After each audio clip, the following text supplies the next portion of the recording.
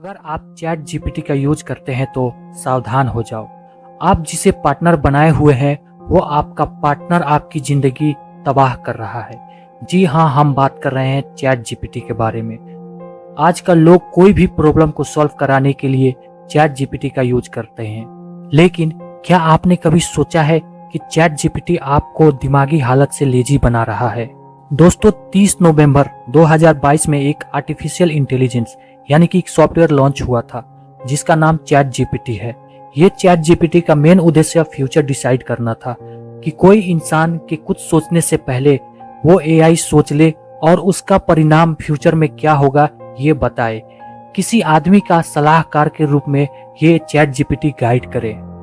लेकिन अब शुरू होती है चैट जीपीटी के डार्क मिस्ट्री के बारे में। चैट जीपीटी इंसान की मदद ही नहीं बल्कि जिंदगी बर्बाद कर रहा है। ह्यूमन ब्रेन की क्रिएटिव पावर को जड़ से खत्म कर रहा है। जो इंसान अपने दिमाग से कुछ सोचता था वो इंसान एक साधारण काम के लिए भी चैट जीपीटी यानी कि एआई की मदद ले रहा है। जिस इंसान को दिमागी दौर से इंटेलिजेंट और क्रिएटिव माइंड होना चाहिए वो आज एआई की मदद से यानी कि चैट जीपीटी यूज करके अपनी ब्रेन की शक्तियों को दिन प्रतिदिन लॉस कर रहा है यानी कि डिक्रीज कर रहा है। चैट जीपीटी का यूज ज्यादा से ज्यादा स्टूडेंट्स कर रहे हैं। स्टूडेंट्स जब स्कूल कॉलेज जाते हैं तो उन्हें यह सजेस्ट किया जाता है कि अपनी प्रॉब्लम सॉल्व करने के लिए चैट जीपीटी का यूज करो। क्या ये बताना सही है? क्या एक स्टूडेंट को एक सॉफ्टवेयर पे डिपेंड होना चाहिए या खुद पे? जिस प्रॉब्लम को सॉल्व करने के लिए स्टूडेंट को खुद पे डिपेंड होना चाहिए वो स्टूडेंट आज चैट जीपीटी पर डिपेंड है। जिस होमवर्क को उसे खुद करना चाहिए वो होमवर्क चैट जीपीटी से करवाता है और स्कूल कॉलेज में प्रेजेंट करता है और उसे इनाम भी दिया जाता है, अवार्ड भी दिए जाते हैं। वो स्टूडेंट क्या फ्यूचर में खुद पे डिपेंड रहेगा या किसी सॉफ्टवेयर पे या फिर चैट जीपीटी पे? कहीं भी अपने दिमाग को लगाना है, चैट जीपीटी का यूज करना है, ये आपको सोचना है, आपको एनालाइज करना है। आप खुद से बनना चाहते हैं या चैट जीपीटी से बनना चाहते हैं, ये आपको डिसाइड करना है। मशीनों के जरिए इंसान शारीरिक रूप से लेजी हो चुके हैं। अब एआई की मदद से इंसान दिमागी रूप से भी लेजी हो जाएंगे।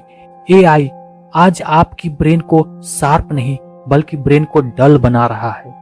चैट जीपीटी को बनाने वाले टीम ने भी चैट जीपीटी का यूज नहीं करती जितना कि हम रोज यूज करते हैं, क्योंकि उन्हें पता है कि अगर हमने चैट जीपीटी का यूज किया तो ये हमारी ब्रेन को कंट्रोल कर लेगा, हमारी क्रिएटिव पावर को छीन लेगा, हमें दिमागी रूप से लेजी बना सकता है। मैं ये नहीं कहता कि चैट जीपीटी का यूज मत करो, यूज करो, जरूर करो।